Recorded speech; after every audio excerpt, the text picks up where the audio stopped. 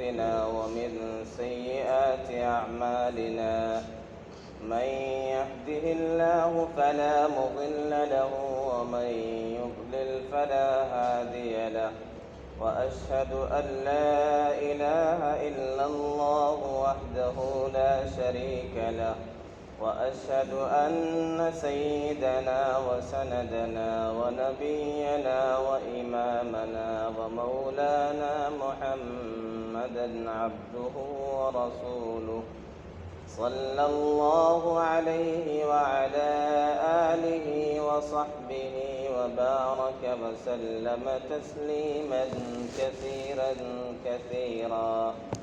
أما بعد فأعوذ بالله من الشيطان الرجيم. بسم الله الرحمن الرحيم. وأن المساجد لله فلا تدعوا مع الله أحدا. صدق الله العظيم. واجب الاحترام بزرگوں اور دوستوں، مذہب اسلام میں مساجد کو بڑی اہمیت اور عظمت کا مقام حاصل ہے۔ مسجدوں کے متعلق اللہ تعالیٰ کا ارشاد ہے وَأَنَّ الْمَسَاجِدَ لِلَّهِ، کہ مسجدیں اللہ کے لیے ہیں، فَلَا تَدْعُوا مَعَ اللَّهِ أَحَدًا، میں اللہ کے علاوہ کسی اور کو نہ پکارو، اللہ کے ساتھ کسی اور کو نہ پکارو، کسی اور کو شریک نہ ٹھہراؤ۔ مسجدیں اللہ کا گھر ہیں، بیوت اللہ ہیں۔ اس کا مطلب یہ ہے کہ جب ایک مسجد تعمیر کر دی گئی، بلکہ ایک مسجد اللہ کے نام پر وقف کر دی گئی، بنا دی گئی، تو پھر جس نے وقف کر دیا، جس نے زمین دے دی، اس کی اپنی ملکیت سے بھی وہ چیز نکل جاتی ہے۔ اب یہ نہ واقف کی اپنی رہ گئی، نہ کسی فرد کی رہ گئی، نہ کسی قوم کی رہ گئی، اس میں نہ کسی فرد کو خرد برد کرنے کا اختیار ہے، نہ کسی قوم کو اختیار ہے، نہ کسی حکومت اور سرکار کو اختیار ہے۔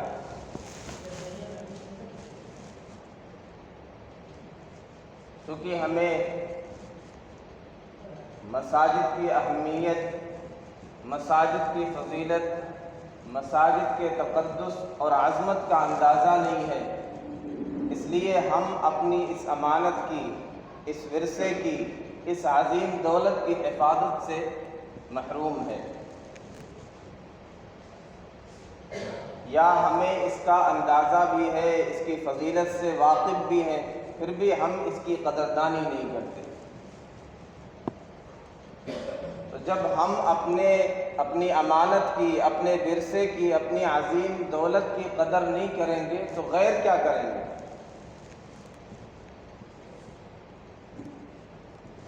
بابری مسجد کا مسئلہ، اس کا فیصلہ جب ملتوی تھا تو کچھ لوگوں نے یہ بات رکھی کہ آپسی بھائی چارے کو قائم کرنے کے لیے ایک مسجد دے دی جائے۔ ایک مسجد ہی کی تو بات ہے، لیکن وہ مخالفین کی سازش سے ناواقف تھے۔ ان کا تو پہلے ہی یہ نعرہ تھا، یہ تو ابھی جھانکی ہے، کاشی اور متھرا باقی ہے۔ مولانا ابو الحسن علی میاں ندوی رحمۃ اللہ علیہ نے اسی وقت کہا تھا کہ ایک مسجد کا معاملہ نہیں ہے، یہ ہزاروں مسجدوں کا معاملہ ہے۔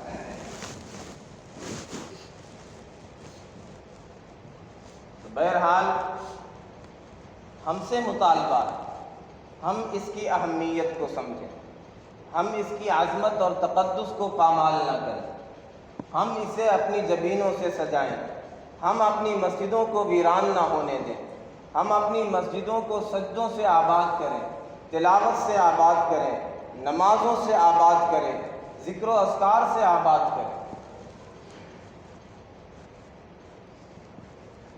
مسجدیں خیر البقاع الی اللہ مساجدها، روئے زمین پر سب سے بہترین جگہ مسجدیں ہوتی ہیں۔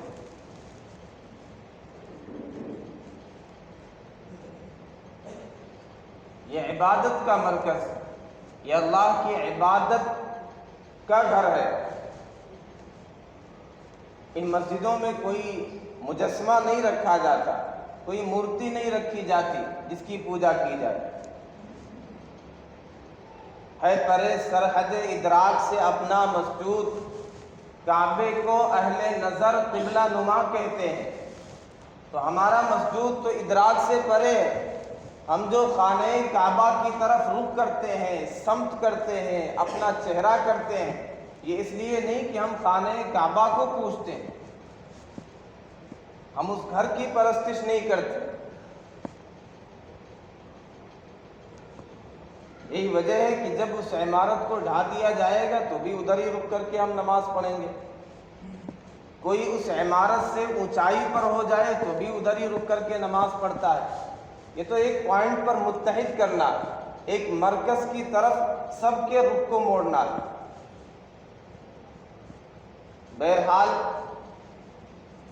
مسجدیں اللہ کا گھر ہیں، اللہ کو انتہائی محبوب جگہ ہے،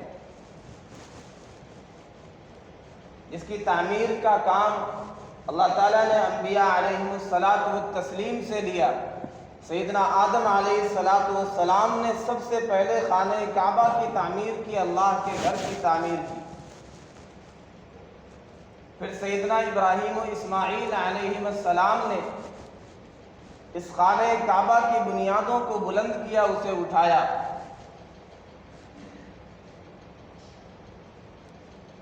پھر اس کی عظمت کا، اس مسجد کی اہمیت کا اور فضیلت کا اندازہ ہم اس سے بھی لگا سکتے ہیں کہ اللہ تعالیٰ نے ارشاد فرمایا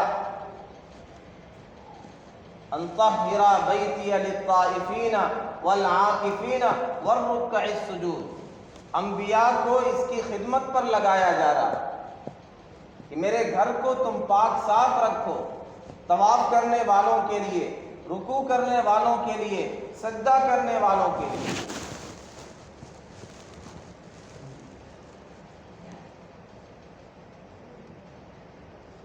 رحمت دو عالم صلی اللہ علیہ وسلم جب مکے میں تھے تو وہاں بیت اللہ موجود تھا، اور بیت اللہ کی اہمیت، اللہ کے گھر کی اہمیت تو کفار مکہ کے بھی ذہنوں میں تھی۔ اس لیے انہوں نے جب خانہ کعبہ کی تعمیر جدید کی تو خاص طور پر دو باتیں انہوں نے پیش نظر رکھی، اس کا خاص خیال رکھا کہ ہم جب اس کی تعمیر کریں گے تو ہم اپنے خالص، طیب اور حلال اور پاکیزہ مال کو اس کی تعمیر میں لگائیں گے۔ چنانچہ انہوں نے اپنے مال کو جمع کیا، حلال اور پاکیزہ مال کو۔ دوسرا یہ فیصلہ ان کا تھا کہ ہم باہر سے چندہ نہیں کریں گے، اپنے گھر کو بنانے کے لیے ہم باہر چندہ کرنے نہیں جاتے ہیں۔ اپنا گھر جب ہم تیار کر سکتے ہیں، بنا سکتے ہیں، تو اللہ کا گھر ہم مل کر کے کیوں نہیں بنا سکتے؟ ہمیں باہر چندہ کرنے جانے کی ضرورت کیا ہے؟ تو انہوں نے دو باتیں پیش نظر رکھی، ایک تو باہر سے چندہ نہیں کرنا ہے، دوسرے حلال اور پاکیزہ مال لگانا ہے، جس کے نتیجے میں اتنا مال ان کے پاس جمع ہوا کہ حتیم کا حصہ باہر کرنا پڑا۔ یعنی وہ جو بنائے ابراہیمی تھی، سیدنا ابراہیم علیہ السلام نے جن بنیادوں پر تعمیر کو اٹھایا تھا، وہ پورا حصہ اس میں نہیں آ سکا، مال ہی اتنا جمع نہیں ہوا، تو حتیم کا حصہ باہر کر دیا گیا۔ تو اس کی اہمیت تو ان کے دلوں میں بھی تھی۔ پھر اس میں جو حجر اسود کو نصب کرنے، اسے فٹ کرنے، فکس کرنے کی باری آئی تو ہر قبیلہ یہ چاہتا تھا کہ یہ سعادت ہمارے حصے میں آئے۔ اس کے لیے لڑائی تک کی نوبت آ گئی، رحمت دو عالم صلی اللہ علیہ وسلم نے بہت آسانی کے ساتھ اس مسئلے کو حل کیا کہ آپ نے کہا کہ ہر قبیلے کا ایک ایک بندہ آ جائے، وہ تفصیلی واقعہ آپ نے اس طرح اس مسئلے کو حل کیا کہ ایک چادر لی جائے، ہر قبیلے کا ایک ایک فرد اسے پکڑ لے اور سب مل کر کے اسے ساتھ لے کر کے جائے۔ پھر آخر میں آپ نے کہا کہ سب کی طرف سے اب میں اٹھا کر کے نصب کر دیتا ہوں۔ پھر رحمت دو عالم صلی اللہ علیہ وسلم جب ہجرت کر کے مدینہ تشریف لے گئے تو آپ نے پہلے اپنے رہنے کا انتظام نہیں کیا، اپنے مکان کی فکر نہیں کی، اپنے گھر کی کوئی فکر نہیں کی، پہلے مسجد کی تعمیر کی فکر کی۔ یہ پیغام دینا مقصود تھا کہ ہمارے لیے ہمارے گھر، ہمارے مکان سے زیادہ اہمیت ہماری مساجد کی ہے۔ چنانچہ پیارے آقا صلی اللہ علیہ وسلم نے مسجد نبوی کی جب تعمیر کرنی چاہیے تو آپ نے دیکھا 2 یتیم لڑکے، ان کی زمین ہے، ان کا باغ ہے۔ آپ نے ان سے کہا ثامنونی بحائطکم، اپنا باغ مجھے قیمت لے کر کے بیچ دو۔ انہوں نے کہا لا نبتغی لا نريد ثمنا نبتغی به مرضات اللہ، ہم قیمت نہیں چاہتے ہیں، ہمیں اللہ کا گھر، اس کے لیے اپنی زمین دینا ہے، ہمیں پیسہ نہیں چاہیے، ہم تو اللہ کی رضامندی چاہتے ہیں، ہمیں ثواب چاہیے۔ لیکن رحمت دو عالم صلی اللہ علیہ وسلم نے قیمت دے کر کے ہی اسے لیا۔ علامہ ابن حجر یہاں یہ نکتہ بیان کرتے ہیں کہ پیارے آقا صلی اللہ علیہ وسلم نے یہ نہیں کہا کہ اگر تم سے مفت میں لے لیا جائے گا تو مسجد بنانا صحیح نہیں۔ تو پتہ یہ چلا کہ اگر کوئی مفت میں اپنی زمین دے دے مسجد بنانے کے لیے تو یہ جائز ہے، درست ہے۔ دوسری بات، دوسرا نکتہ، رحمت دو عالم صلی اللہ علیہ وسلم نے جو قیمت دے کر کے لیا، اس میں یہ بتلانا مقصود تھا کہ غربا اور یتیم، ان کے مال کو تم ایسے ہی نہ لے لیا کرو، ان کا خیال کیا کرو، ان کے پاس کوئی ذریعہ آمدنی نہیں ہوتا ہے، ان کا کوئی کفیل نہیں ہوتا ہے، کوئی سرپرست نہیں ہوتا ہے، تمہیں اس کا خیال کرنا چاہیے، اس لیے خاص طور پر آپ نے قیمت دی۔ تیسری بات، تیسرا نقطہ جو بڑا ہی اہم ہے، علامہ ابن حجر فرماتے ہیں کہ رحمت دو عالم صلی اللہ علیہ وسلم نے قیمت دے کر کے یہ میسج اور پیغام دے دیا کہ دیکھو، دین کے نام پر، مسجد کے نام پر، مدرسے کے نام پر چندہ لینے میں لوگوں سے زبردستی نہ کرنا، لوگوں کو بلیک میل نہ کرنا کہ مسجد کی بات ہے، مدرسے کی بات ہے، مفت میں دے دو، اتنے نہیں اتنے پیسے دو، اتنے سے کیا ہوگا۔ تو یہ کسی کو بلیک میل کر کے، جذباتی کر کرے اور دین کا حوالہ دے کے، مسجد کا نام لے کر کے اس کا پیسہ نہیں ہڑپنا، اس کی زمین اور جائیداد نہیں ہڑپنا۔ اس لیے پیارے آقا صلی اللہ علیہ وسلم نے قیمت دے کر کے زمین کو لی۔ اور رحمت دو عالم صلی اللہ علیہ وسلم نے واضح فرما دیا لا يحل مال امرئ مسلم الا بطیب نفس منه، کسی مسلمان کا مال اس کی رضامندی، اس کی خوش دلی کے بغیر حلال ہی نہیں ہے۔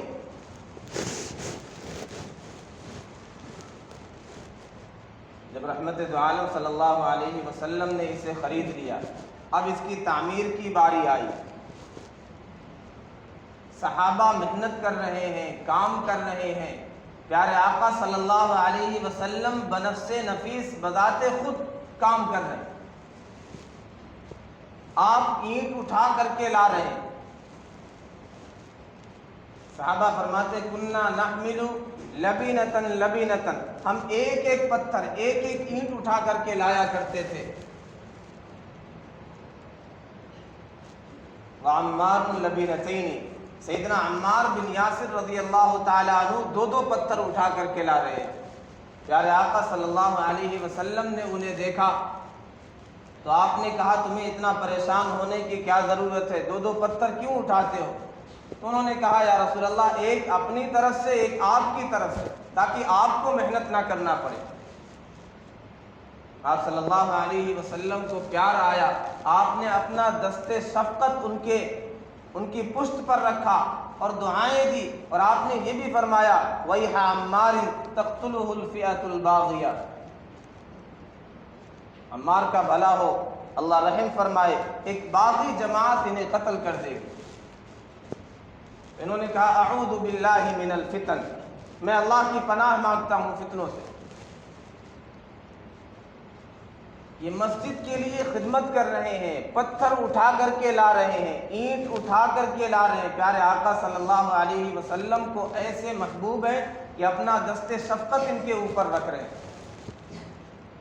علماء یہ کہتے ہیں کہ رحمت دو عالم صلی اللہ علیہ وسلم ہمیں بھی اگر دیکھیں، ہمارے دور میں ہوتے، ہم مسجد کے لیے کام کر رہے ہیں، محنتیں کر رہے ہیں، مزدوری کر رہے ہیں، پتھر اٹھا کر کے لا رہے ہیں، پیسے لگا رہے ہیں، جسمانی محنت کر رہے ہیں، تو پیارے آقا صلی اللہ علیہ وسلم ہم سے بھی اپنی محبت کا اسی طریقے سے اظہار کریں گے۔ یہ مسجد کا مقام ہے، یہ مسجد کی اہمیت ہے محبوب دو عالم صلی اللہ علیہ وسلم کی نظر میں۔ آپ اشعار پڑھ رہے ہیں، اللہم لا عیش الا عیش الآخرہ فاغفر الانصار والمہاجرہ۔ عیش تو آخرت کا عیش ہے، راحت تو آخرت کی راحت ہے، دنیا میں کیا راحت ہے؟ اے اللہ آپ انصار اور مہاجرین کی مغفرت فرمائیے۔ پیارے آقا صلی اللہ علیہ وسلم کو کام کرتے ہوئے دیکھ کر کے صحابہ یہ اشعار پڑھ رہے ہیں، لَإِنْ قَعَدْنَا وَالنَّبِيُّ يَعْمَلُ فَذَاكَ مِنَّا الْعَمَلُ الْمُضِلُّ۔ اگر نبی کام کرتے رہے، ہم بیٹھے رہے، تو یہ ہمارے لیے گمراہی کی بات ہو۔ تو بہرحال پیارے آقا صلی اللہ علیہ وسلم نے مسجد کے لیے کام کیا، اپنے گھر سے پہلے مسجد کی تعمیر کا انتظام کیا، اس میں خدمت کی آپ نے۔ پھر آپ نے جب مسجد قائم ہو گئی تو اس کی اہمیت کو، اس کی مرکزیت کو واضح کیا، اس مسجد میں کیا کیا ہوتا ہے۔ مسجد نبوی میں صرف نمازیں نہیں ہوتی تھی، وہ تعلیم کا بھی مرکز تھا، وہ پہلا مدرسہ تھا جہاں سے صحابہ کی عظیم جماعت تیار ہوئی، وہ تربیت گاہ تھی، وہ تزکیہ گاہ تھی، وہاں قیدی بھی باندھے جاتے تھے، وہ ایک طرح سے جیل خانہ بھی تھا، وہ شفا خانہ بھی تھا، کوئی بیمار ہو گیا، کوئی زخمی ہو گیا تو وہاں علاج بھی کیا گیا، وہاں سے وفود بھی بھیجے گئے، وہاں حبشی لوگوں نے انہوں نے کھیل بھی کر کے دکھایا، نیزے بازی بھی کی۔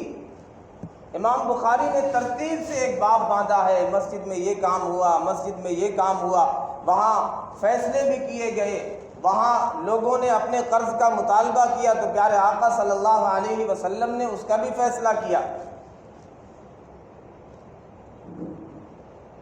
وہاں اگر کسی نے بلند آواز سے بات کی تو بتلایا گیا کہ یہ اللہ کا گھر ہے، یہاں آواز بلند کرنا ٹھیک نہیں ہے۔ سیدنا عمر رضی اللہ تعالیٰ عنہ کے دور میں دو صاحبان بلند آواز سے بات کر رہے تھے، سیدنا عمر نے کنکری پھینک کر کے متوجہ کیا اور کہا میرے پاس انہیں بھیجو، انہیں بلاؤ۔ جب وہ آئے تو آپ نے پوچھا من این انتما، تم کہاں سے ہو؟ انہوں نے کہا کہ ہم طائف کے ہیں۔ سیدنا عمر نے کہا کہ اگر تم اس شہر کے ہوتے، یہاں کے ہوتے تو میں تمہیں سزا دیتا۔ تمہیں پتہ نہیں مسجد کا مقام کیا ہے، مسجد کی اہمیت کیا ہے، مسجد کی عظمت اور فضیلت کیا ہے؟ تم نبی اکرم صلی اللہ علیہ وسلم کی مسجد میں آوازیں بلند کر رہے۔ یہ مسجدیں جہاں سے اتحاد کا پیغام دیا جاتا ہے، جہاں سے پیار و محبت کا پیغام دیا جاتا ہے، یہاں سے یہ پیغام جاتا ہے، کوئی بڑا ہو چھوٹا ہو، امیر ہو غریب ہو، جاہل ہو عالم ہو، بادشاہ ہو رعایا ہو، اس دربار میں سب برابر ہیں۔ ایک ہی صف میں کھڑے ہو گئے محمود و ایاز، نہ کوئی بندہ رہا نہ کوئی بندہ نواز۔ یہاں بادشاہ کے بغل میں، بادشاہ کے پڑوس میں اس سے متصل ایک فقیر بھی رہتا ہے، ایک بھکاری بھی کھڑا ہو سکتا ہے۔ اگر پہلے ایک فقیر آتا ہے پہلی صف میں اسے جگہ ملے گی، بادشاہ اگر بعد میں آتا ہے اسے پچھلی صف میں جگہ ملے گی۔ یہاں سے نبی اکرم صلی اللہ علیہ وسلم نے پورے عالم میں انقلاب برپا کیا، پورے عالم میں آپ نے امن کا، محبت کا پیغام عام کیا۔ یہ وہ مسجدیں ہیں جس کے خلاف سازشیں کی جا رہی ہیں۔ بدقسمتی سے ہمیں اس سے واقفیت نہیں۔ پہلے یہ کہا گیا، بابری مسجد کا مسئلہ چل رہا تھا تو ایک بات یہ آئی کہ یہ اسلام کا ایسنشل پارٹ نہیں ہے، کوئی لازمی حصہ نہیں ہے۔ مساجد کی یہ اہمیت قرآن و احادیث کی روشنی میں آپ کے سامنے رکھی گئی۔ ایک روایت میں لا صلاۃ لجار المسجد الا فی المسجد، مسجد کی اہمیت یہ ہے کہ مسجد کے پڑوس میں جو رہنے والا ہو اس کی نماز مسجد کے بغیر ہوتی ہی نہیں۔ وہ اگر گھر میں پڑھنا چاہے اس کی نماز ہی نہیں ہوگی۔ رحمت دو عالم صلی اللہ علیہ وسلم کی وہ حدیث آپ نے بارہا سنی کہ آپ نے ارشاد فرمایا، میرا جی یہ چاہتا ہے کہ میں کسی کو نماز کے لیے آگے بڑھاؤں، چند نوجوانوں کو اپنے ساتھ لوں، لکڑیاں جمع کی جائے جنگل سے، پھر آگ لگائی جائے، جو لوگ اپنے گھروں میں بیٹھے رہتے ہیں جماعت کے ساتھ مسجد میں آ کر کے نماز نہیں پڑھتے، میرا جی یہ چاہتا ان کے گھروں کو جلا دوں۔ یہ مسجد کی اہمیت ہے۔ اس مسجد کی طرف اٹھنے والے ایک ایک قدم پر نیکی اور ثواب لکھ دیا گیا۔ ایک موقع پر مسجد نبوی کے قریب ایک زمین بک رہی تھی۔ بعض صحابہ نے جو دور رہتے تھے مسجد سے، انہوں نے چاہا کہ اس زمین کو خرید لیا جائے، پاس میں رہیں گے۔ نبی اکرم صلی اللہ علیہ وسلم نے ارشاد فرمایا، الا تحتسبون آثارکم، تم جو اتنی دور سے چل کے آتے ہو، تمہارے قدم جو زیادہ ہوتے ہیں، اس کی وجہ سے کیا تم ثواب کی امید نہیں رکھتے ہو؟ یہاں ہر قدم مسجد کی طرف اٹھنے والا اس میں نیکیاں ملتی ہیں، گناہ مٹائے جاتے ہیں۔ مسجد میں بیٹھنے والا، ایک نماز کے بعد دوسری نماز کا انتظار کرنے والا، اس کے لیے فرشتے دعائیں کرتے ہیں۔ رات کی تاریکی میں مسجد کی طرف چلنے والا، ارشاد ہے، بشر المشائین فی الظلم بالنور التام الی یوم القیامہ، جو رات کی تاریکی میں مسجد کا رخ کرتے ہیں، مسجد کی طرف قدم بڑھاتے ہیں، انہیں قیامت کے دن مکمل نور کی بشارت دے دی۔ یہاں سے اگر کوئی تنکا اور گرد و غبار اٹھا کر کے کنارے لگا دیتا ہے تو اس کی بھی فضیلت ارشاد فرمائی گئی۔ یہ مقام ہے مسجد کا، لیکن ہم اپنے ورثے کی، اپنی امانت کی حفاظت نہیں کریں گے تو کون کرے گا؟ جب ہمیں اس کی اہمیت کا اندازہ نہیں ہے تو کون اس کی اہمیت کو سمجھے گا؟ ہم نے اسے ویران کر دیا، اس کی عظمت کو نہیں سمجھا تو اس کے خلاف سازشیں ہونے لگی، ہماری مسجدیں چھینی جانے لگی۔ تو گزشتہ دنوں میں یہ ایشو چل رہا ہے، برننگ ایشو، گیان واپی مسجد کا، جس کے بارے میں یہ کہا گیا کہ اورنگزیب عالمگیر رحمۃ اللہ علیہ نے مندر تھی اسے توڑ کر کے مسجد بنا دیا، جبکہ تاریخ یہ کہتی ہے کہ یہ مسجد تو اورنگزیب عالمگیر رحمۃ اللہ علیہ سے بہت پہلے کی، جلال الدین اکبر کے دور کی، اور اورنگزیب عالمگیر رحمۃ اللہ علیہ تو پڑپوتے ہیں ان کے، بہت بات کے ہیں۔